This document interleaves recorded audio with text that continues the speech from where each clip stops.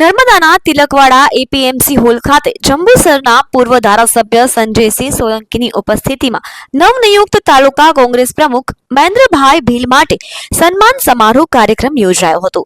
આ કાર્યક્રમમાં વધુમાં વધુ કાર્યકર્તાઓને કોંગ્રેસ પાર્ટીમાં સદસ્ય બનાવી સંગઠનને મજબૂત બનાવવા માટે ચર્ચા વિચારણા કરવામાં આવી હતી।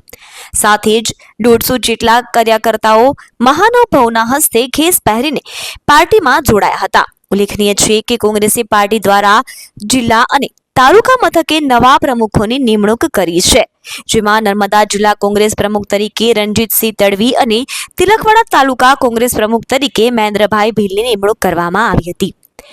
તાલુકાના વિવિધ વિસ્તારોમાંથી આવેલા કાર્યકર્તાઓએ ફૂલહાર પહેરાવીને નવનિયુક્ત પ્રમુખને અભિનંદન પાઠવ્યા હતા। તો સાથે જ કોંગ્રેસ પાર્ટીને મજબૂત કેવી રીતે બનાવવી અને વધુમાં વધુ લોકોને પાર્ટીમાં સદસ્ય બનાવી સંગઠનને મજબૂત કરવા અને આગામી સમયમાં આવનારા જિલ્લા પંચાયત તાલુકા પંચાયતની ચૂંટણીમાં જીત મેળવવા માટે રણનીતિ તૈયાર કરવામાં આવી હતી।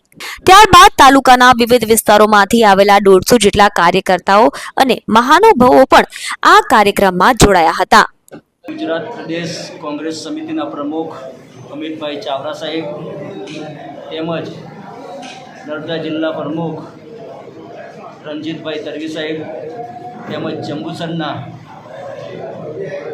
પૂર્વ એમએલએ સંજયસિંહ સોલંકી તેમજ તાલુકાના પૂર્વ પ્રમુખ રાજુભાઈ ભીલ તેમજ તાલુકાની તમામ કોંગ્રેસના કાર્યકરો, હોદ્દેદારો, યુવા મિત્રો દ્વારા આજરોજ તિલકવાડા તાલુકા કોંગ્રેસ પ્રમુખ તરીકે મારી નિમણૂક કરી છે, એ બદલ આપ સૌનો આભાર માનું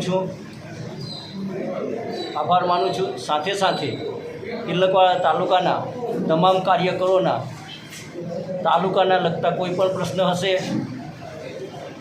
જિલ્લાના પ્રશ્ન હશે, અમે અમારી ટીમ કોંગ્રેસની ટીમ દ્વારા 100% એ કામ પૂર્ણ કરવાની ખાતરી આપીએ છીએ।